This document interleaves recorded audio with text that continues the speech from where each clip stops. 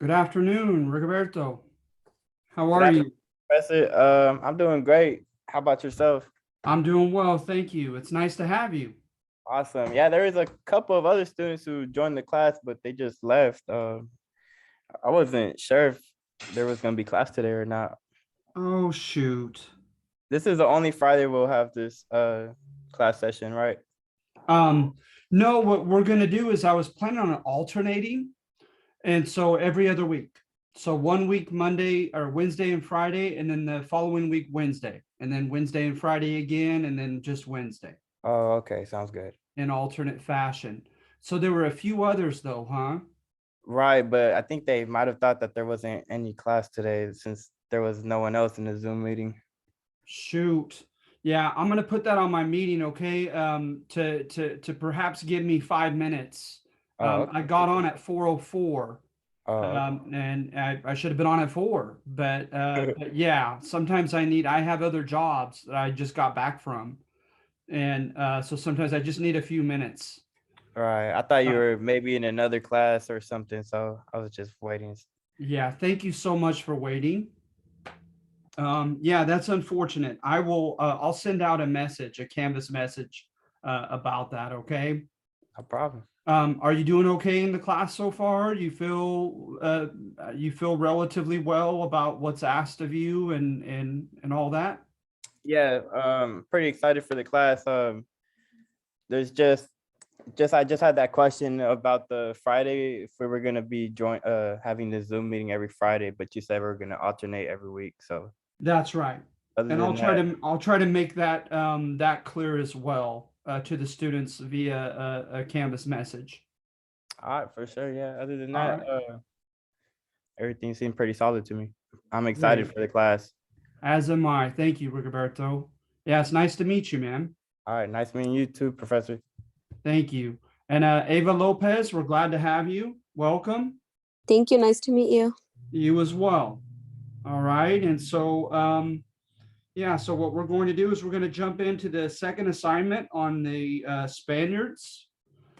And I'm going to go ahead and begin sharing the page. Okay. So let's see here. How about the timeline? Very bare timeline here. All right. Just the bare essentials. But just to give you kind of a chronological context as to what's going on in with the narrative of the Spanish conquest, as you see here, is in 1492, the first of four explorations or voyages of Columbus ensued into the Caribbean. Professor, sorry about that, but I actually can't see the slide. Can you move it to, can you center it a little bit? Let's see here. Oh shoot. Yeah, I could Um, only see a couple of words. is what if I is that better at all, or is that worse? It still seems the slides seem to only show half of the page. Interesting. Does that change it at all? Yeah, you moved it to the opposite side. I mean Shoot. opposite. Oh yeah, I can see it now. You can see it now? No, I can only see like the margin, half of the margin of the page. Shoot, that is so strange. Can you zoom out maybe because I can only see like a couple of words. Zoom out and oh okay. Yep, that's better. There it is. Is that better? Okay, Yeah, that's good. better for sure. Good. Great, great, great. No, thank you. Please always be always communicate with me that way. Because yeah, I don't know. I only see my own end. And of course, on my end, it looks fine. And so absolutely, I love your input. So thank you for letting me know and please continue to do that. So as you see here, hopefully now, in 1493 to 1494 were the Alexandrine bulls, the papal bulls that granted Spanish and Portuguese dominion over the Americas, provided that they convert the Native Americans to Roman Catholic Christianity. And then in 1502 is when they began their hierarchy, if you will, The contention is that the conquistadores and those who were going forward as adelantados, the conquerors and those going forward, conquered the Native Americans, and then the Spanish crown conquered them. Being 3,000 miles across the Atlantic, they didn't trust them. There was an element of jealousy with these kind of nouveau riche, new heroes back in Spain. So at any rate, they had, of course, at the top of the hierarchy was supposed to be, it came from the medieval chain of being, right? Because we're in the early modern era, just after the Renaissance.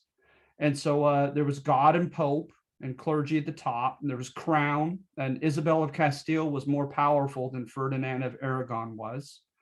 You had the Junta Suprema, and that was the that, as well as the Council of the Indies, were handpicked gentlemen, very select few who had power, constitutional power over the Americas, and implementing a constitution that was based on that of Castile's, and but would be kind of amalgamated into something new because of the unique conditions of the Americas and things that they had to deal with that were unique there.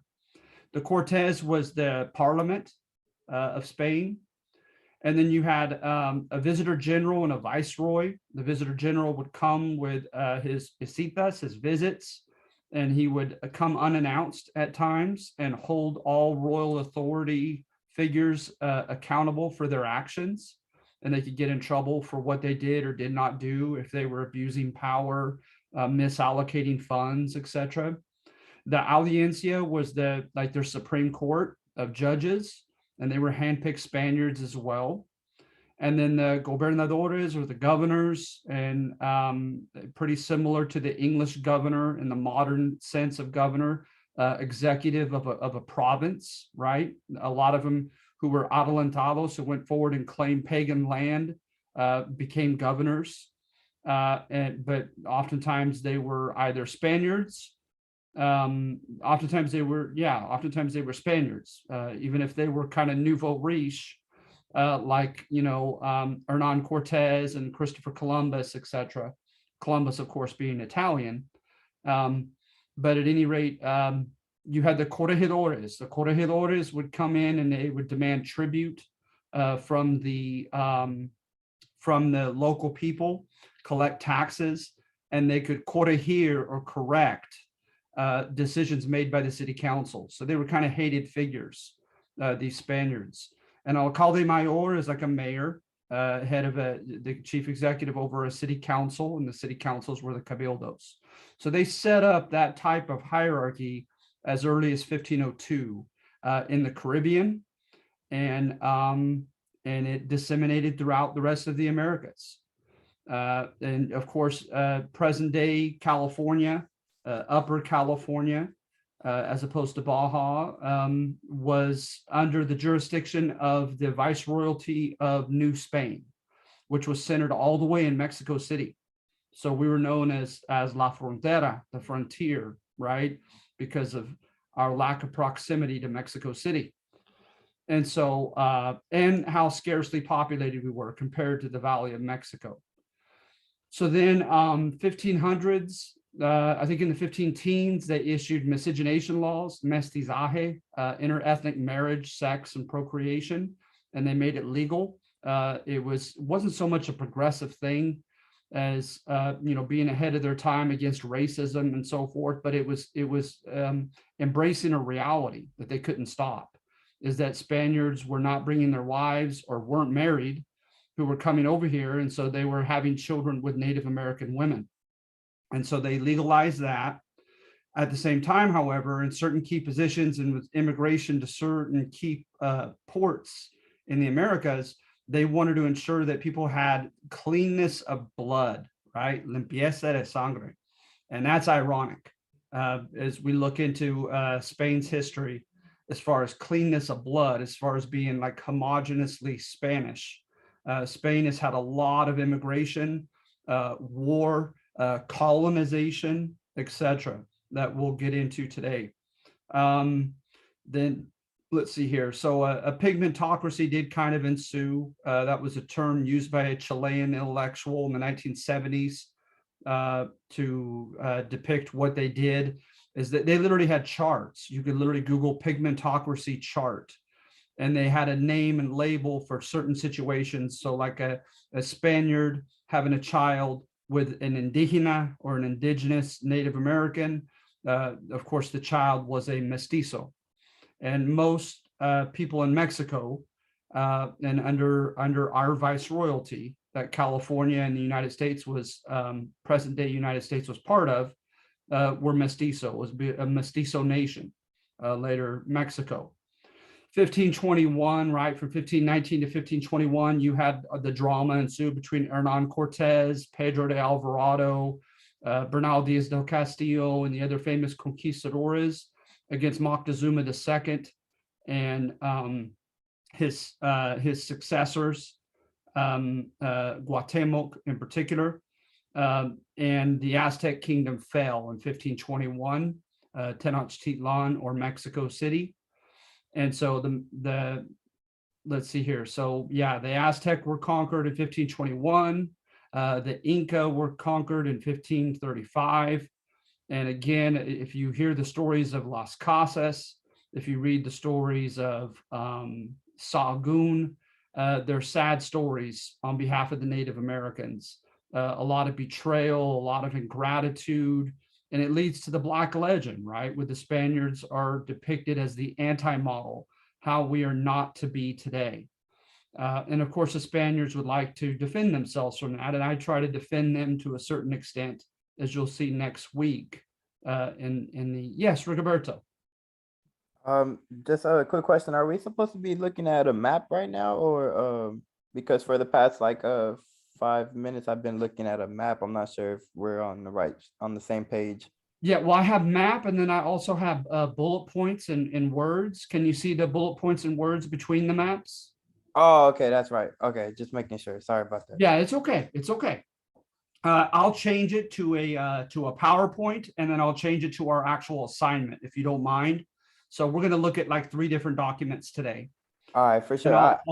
I'll try to speed this up, okay, and get right to the assignment. Thank you for your patience. I just wanted to give you guys context and kind of a chronological narrative of what went down and when. And then in 1540, about that time, there were some famous entradas, right, or entrances, formal entrances from Spain into present United States territory. So Vasquez de Coronado came about that time. And actually, I forgot about Cabeza de Vaca. Cabeza de Vaca wrote an autobiography about his naufragio, his shipwreck incident.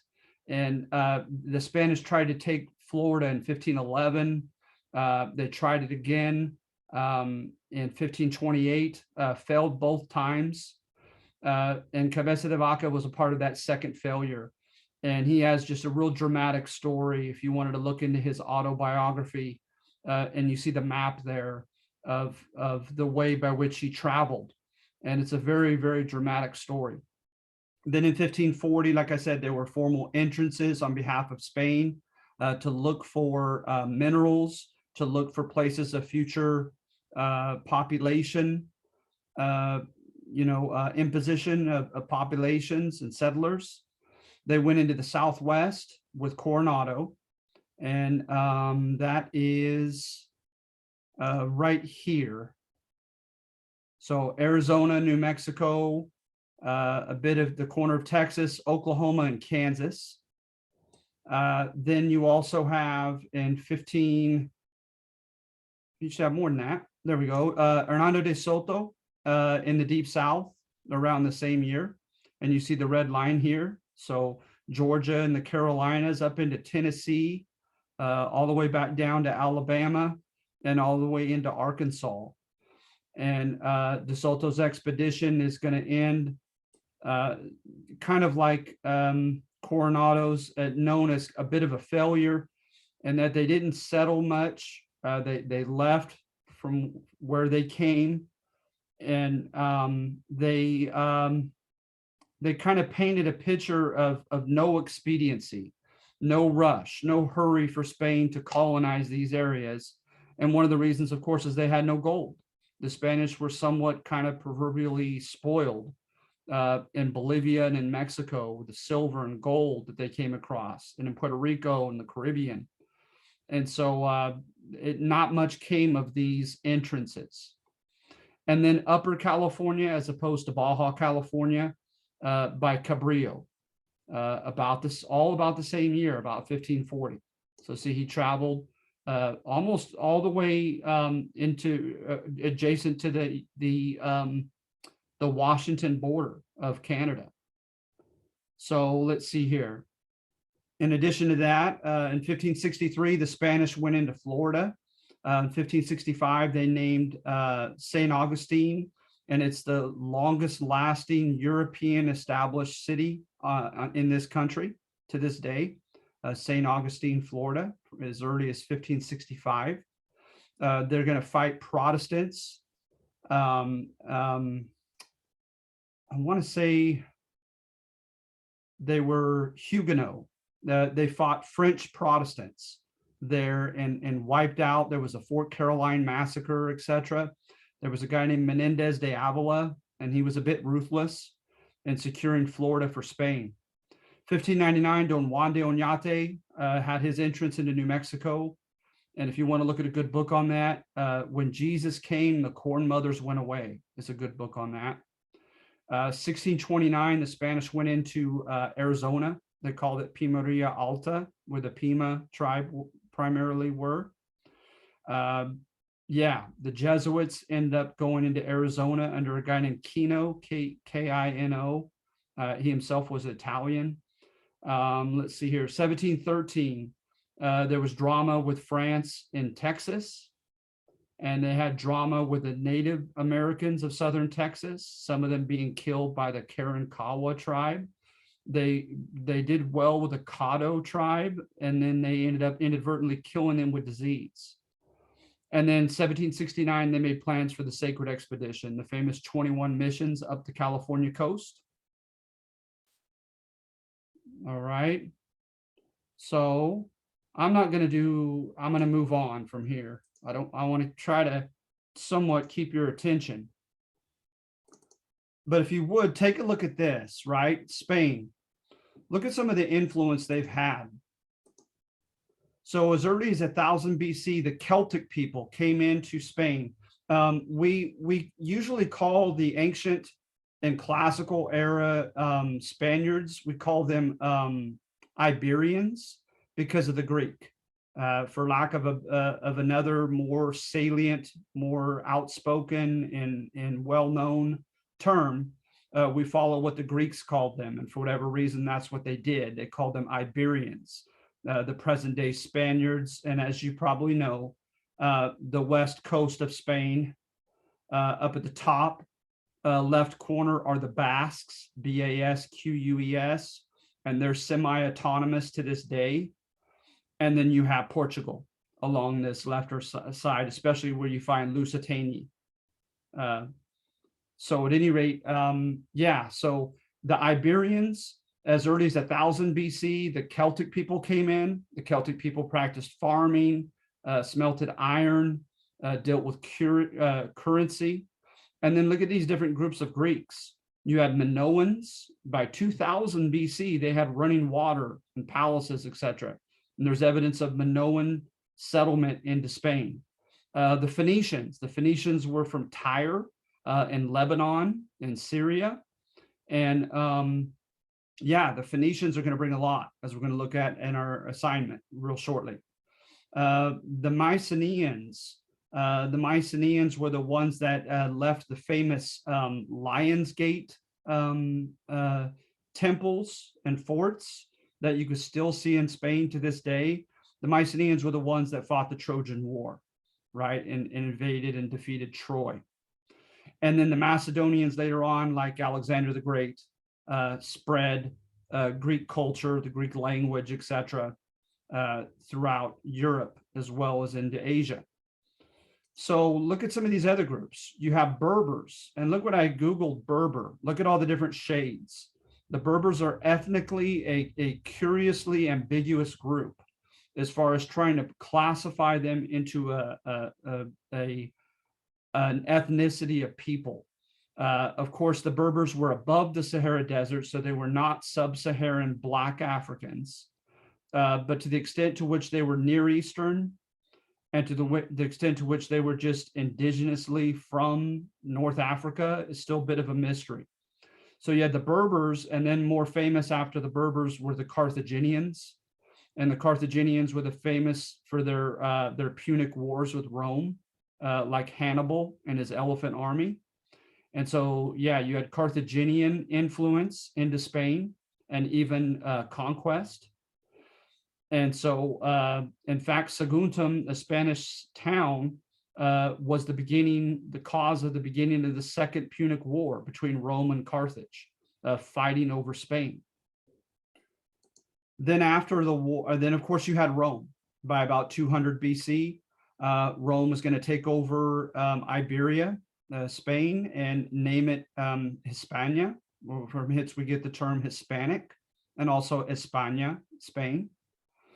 And so they're going to take it over, and there's lots of visible vestiges of what they've done as far as buildings, as amphitheaters, the famous aqueducts and bridges, and gladiatorial coliseums, you name it. The Romans have left their mark there.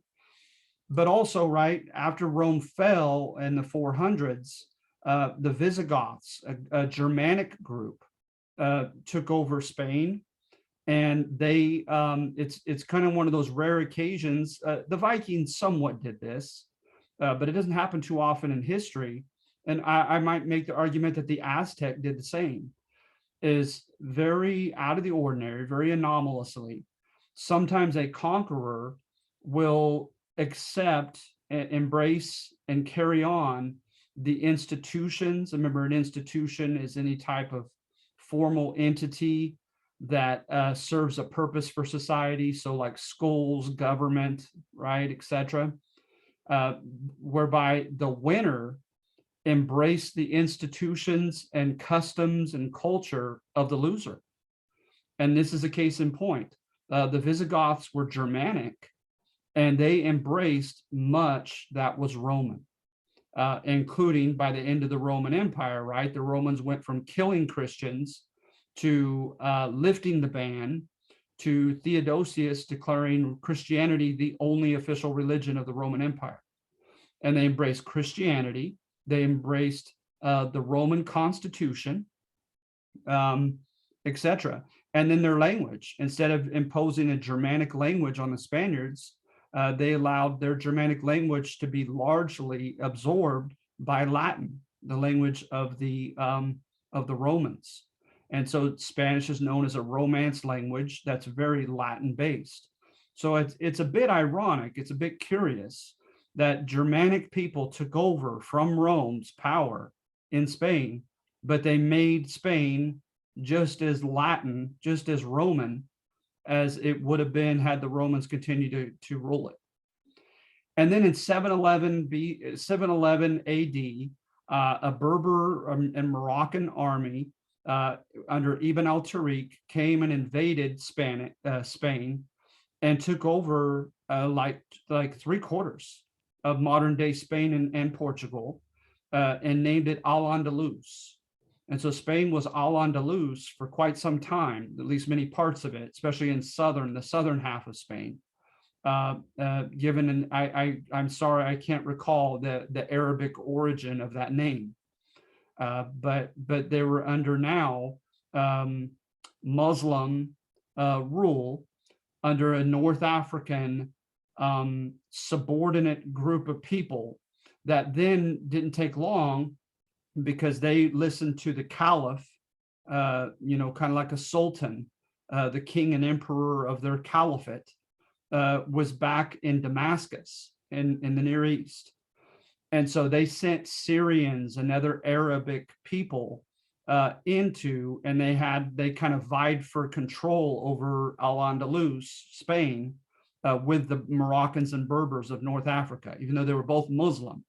There were ethnic tensions, right? Where the Arabic, those connected to the Caliph in the Near East contended their superiority over the Muslim North Africans. And so Spain is just so heterogeneous. There are so many different ethnic groups and countries, right, that have taken over Spain. It's just crazy. And so I'm going to end sharing this. And I'm going to go right to finally the assignment. So what do we see here? You see two ironies on number one, as far as my argument, right? Is for one, that which Spain claimed that she possessed that made her superior and more civilized to the Native Americans, right? From the 1490s onward, she borrowed or had imposed upon her from other people. She didn't come up with it on her own. So yes, there is evidence of, and you got to remember like some of the 5 criteria of civilization that the Europeans used, however fair or unfair those criteria are. One is manipulation of the environment. Do you begin farming and have a farming revolution? Do you engage in great architectural feats and engineering?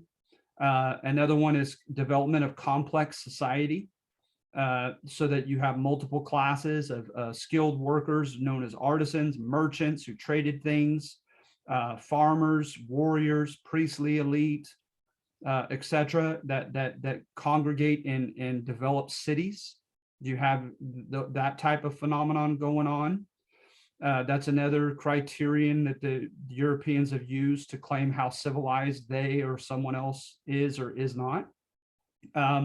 You also have the development of the arts and sciences, literature, writing, some type of phonetic language that's versatile, that you could use an alphabet and you could make up a myriad of words and definitions, because the idea is pictographic or hieroglyphic writing is more stilted. Just a symbol usually just means one or two things, and there's not a lot of versatility in that type of language. So they're looking for that. And then, of course, they're looking for technological innovation.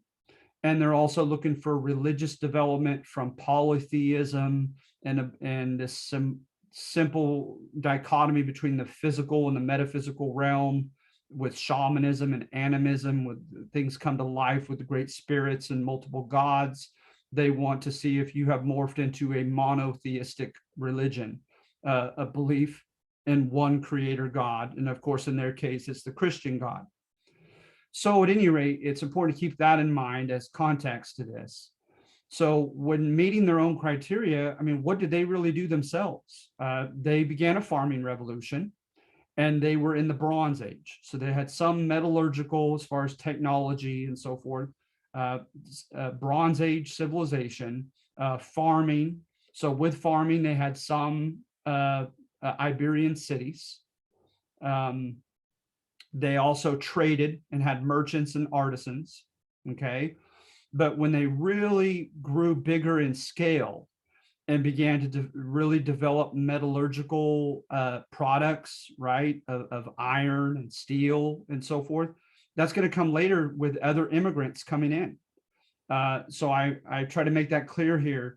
You have the Celtic people that came in to help the Iberians and live amongst them. They intermarried so successfully that they literally meshed the two names together and called them Celtiberians, the people of Spain, between the Celtic people and the native Iberians. But the Phoenicians, right? The Phoenicians, it was big.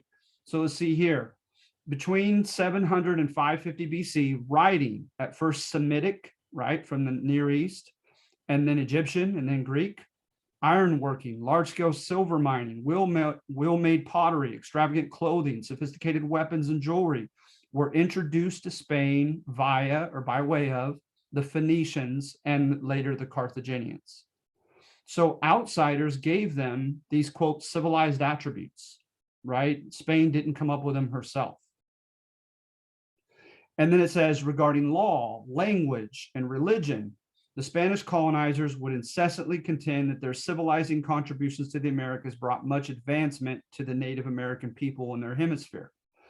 All three, according to historians like William D. Phillips Jr. and Carlo Ron Phillips, had been heavily influenced by, if not borrowed from, Rome. Rome had the Lex Hortensia, or the 12 Tables Constitution. Spanish law was going to be heavily influenced by Rome. And she was proud of the law that she brought by way of, they were known as the Siete Partidas, the Spanish Constitution of Castile, brought over to the Americas. But the Siete Partidas were basically Roman in origin, right?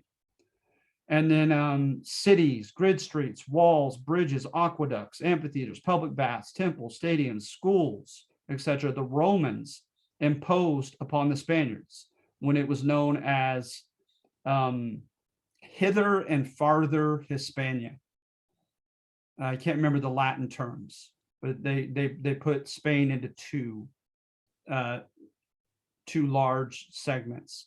Let's see here. And then, of course, the Muslims, right?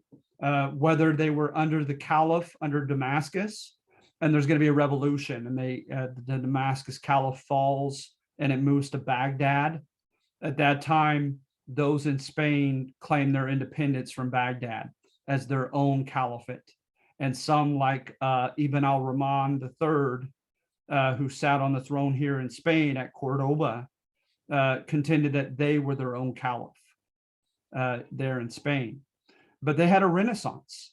So you have here, right, the Umayyad Caliphate reintroduced Spain to coinage-based commerce, enhanced its economy, especially in fields of commerce, artisanry, irrigated cash crop farming, and pastoralism, brought about a renaissance in poetry, history recording, philosophy, medical science, mathematics, and astronomy. So wow, right? So development in the arts and sciences. A lot you see here came from their Muslim rulers, right? So I'm saying, what does Spain really have to boast about? Her boasts are a bit empty, and that, you know, she didn't come up with these innovations herself. Are there any questions?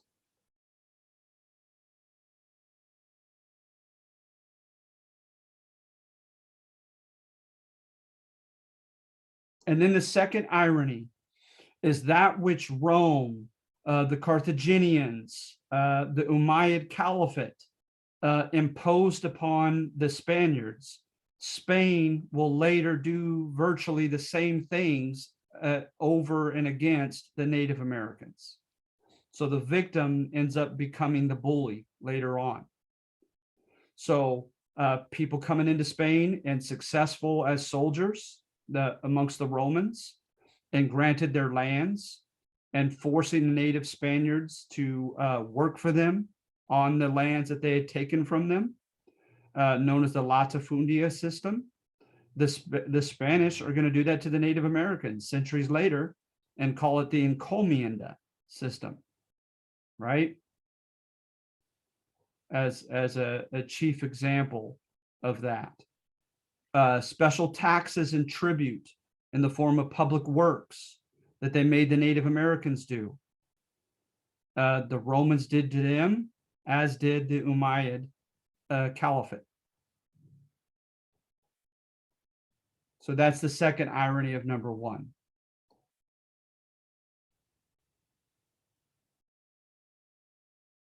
Now, number two, I try to make it clear that it is, right? I put like a caveat, a condition here. There's not a neat narrative for a over 700-year-old religious crusade against the Umayyad Muslims. It, you know, because that's how long they ostensibly controlled Spain. As early as the 900s, the Al-Andalus, Umayyad Muslim Spain, only made it up to the Duero River. And these rivers are very telling.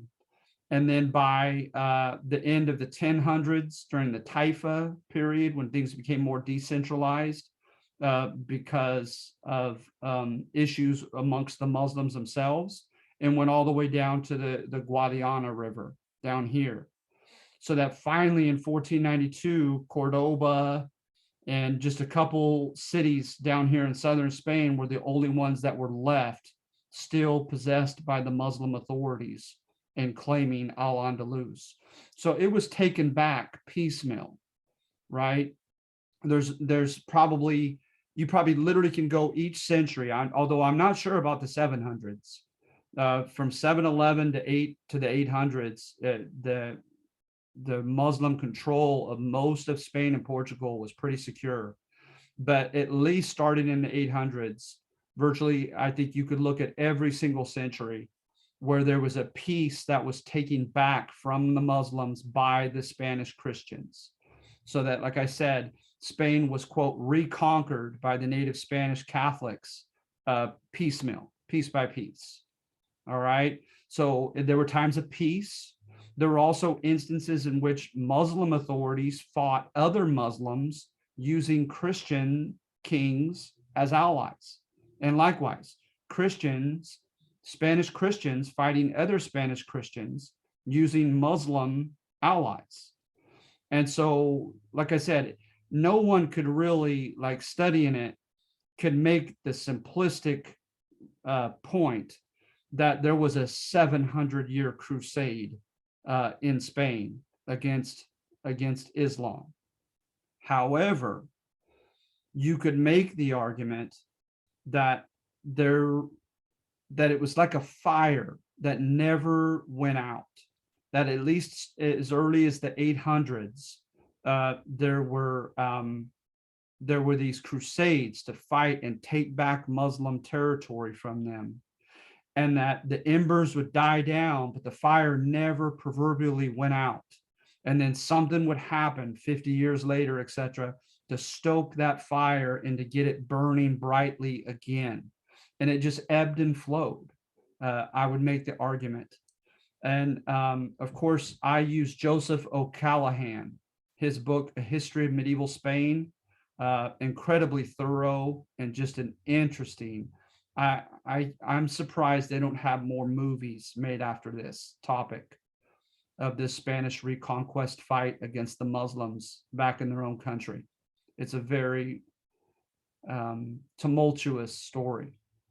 So at any rate, what I'm saying here is, right, and this kind of adheres to the Black legend, but the idea that Spain fought long enough and consistently enough, something that was tantamount, something that was at least approximated a nationalistic, as far as we native Spaniards versus the foreign Arabic and North African rulers, but also religious, right? We Christians fighting against the Muslims, that there was enough of it for long enough of a time that it put a stamp on the Spaniards' traditions, on their outlook, on their culture, and that they brought that holy war ethos, if you will, with them to the Americas. So, for instance, right, when a monk found that James the Apostle, there was something registered as his body buried in a cave, and it became famous in the city of Santiago, right, or San Diego, St. James of Compostela, back in Spain. People made pilgrimages there from all over Europe on multiple occasions, and he became, James or Santiago became the patron saint of holy war, right? And they not only said, Santiago con nosotros, when they went into battle against the Muslims back in Spain, but they said the same thing when they rode into battle against the Aztec in Mexico centuries later. And so I make the argument, kind of adhering a little bit to the Black legend, that the Spanish were a bit religiously overzealous, perhaps, because of this reconquest crusade that ebbed and flowed for centuries back in their home country. Okay, so are there any questions? Do you guys feel relatively well about this? Can I get a thumbs up or a few words from either of you? Thank you. That'll work for me. All right. So I hope this helped a little bit. So what I want you to do is I want you to be familiar with both arguments of both sections, but just choose one of your choosing. And, you know, it's hard to delineate what I'm asking from a summary. I guess in a way, it's somewhat of a summary, what I'm asking you to write. It doesn't have to be that long, but just show me, cite the thesis that was conveyed. Give me at least one example of how that thesis is defended logically or factually, right? In that numbered section. And then tell me what you think personally about how fair, how balanced, how credible that thesis is or is not. And feel free to be as critical as you like. Excuse me. All right. So if you guys don't have anything else to ask, that's about it. I don't want to bore you any longer than I already have.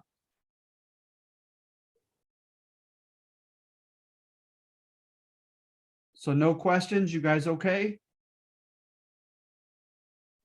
Professor, I have a question. Yes. I think you were speaking to it up with another student at the beginning of class. So like, for example, this week, we didn't have any class for Wednesday, correct? It was just supposed to be Friday right now? No, actually, see, I'm sorry if there was any ambiguity about this at all. We spoke on the Aztec assignment on Wednesday. Oh, We okay. did meet. Yeah, we met on Wednesday and we spoke of the Aztec assignment. And then today we're meeting and speaking of the Spaniards. And then for Wednesday, do you remember approximately like what time you must have logged in? Because I remember, I think I logged in at the correct time and nobody was there. So I assumed it was like a pre-recorded lecture. So I left, but I don't Shoot. remember exactly. I don't know. I mean, if you, like I said, I think literally, and I'll try to be more exact with this. But if my memory serves me correctly, I think I literally logged on 4:02 on Wednesday, as I logged in at 4:04, at least on my clock, on my computer's clock, today. Okay. Yeah. So I think I'll I try to waited make till all that 4:05. clear. I think I waited till 4:05 to see if anybody would show, but I mean, I could be wrong. And then as I saw nobody was there, gave it a few minutes and I left. But is this usually what your class is like? Is it a small class It is. for this session? My first class, my first class, we had 3. And so, Okay. yeah, to be honest, it's probably to be expected. Sadly, Okay. I would like more, but I would imagine it's a combination of people's. Some people are quite busy, and it Yeah. doesn't fit their schedule. Some people are confident, especially because I put 3 videos up from the previous semester on the same topics, on the same assignments, that they don't need this. And then thirdly, I made it clear from the beginning, or I tried to, that this constitutes extra credit, not Got it. not a formal requirement. Okay, that makes sense. Thank you. All right, you're very welcome. All right, so yeah, if you guys don't have anything else, I'll try to recapitulate everything in an assignment sometime this evening, okay? That I'll put out through Canvas to the class. So yeah, so if it's okay with you, by all means, please unmute yourself if you have any last minute questions. But if you don't, that's a wrap for me. Excuse me, Professor, you said that you have 3 videos per assignment that we can see from last semester, you said? Yeah, I have I have 3 videos, one for each of the 3 first assignments. Oh, okay. Yeah, Uh, just one for each of them. And how can I access those? They should be They should be at the top of the page in modules. in modules. All right, Yeah. sounds good. Thank you Or very if much, not the Professor. very top actually should be your Zoom link. But just beneath your Zoom link should be those previous videos. All right, sounds good. I'll take a look at those videos. Help me out on the assignment. That sounds great, Rigoberto. I appreciate your enthusiasm for, Alright. for the class. I really do. Awesome. Appreciate you, Professor. Do you like going by Professor Derek, or how can I? Oh, I don't. I really. I don't care. Yeah, Alright. especially with just the respect of your tone. You could call me Derek. I don't. Whatever you like. All right, for sure, Professor. Appreciate it. All Hope you right. have a nice weekend. You as well. Okay, Rigoberto. Thank you very much. See you All next right. time. Take care. Okay. Thank you. Likewise. All right. Bye bye.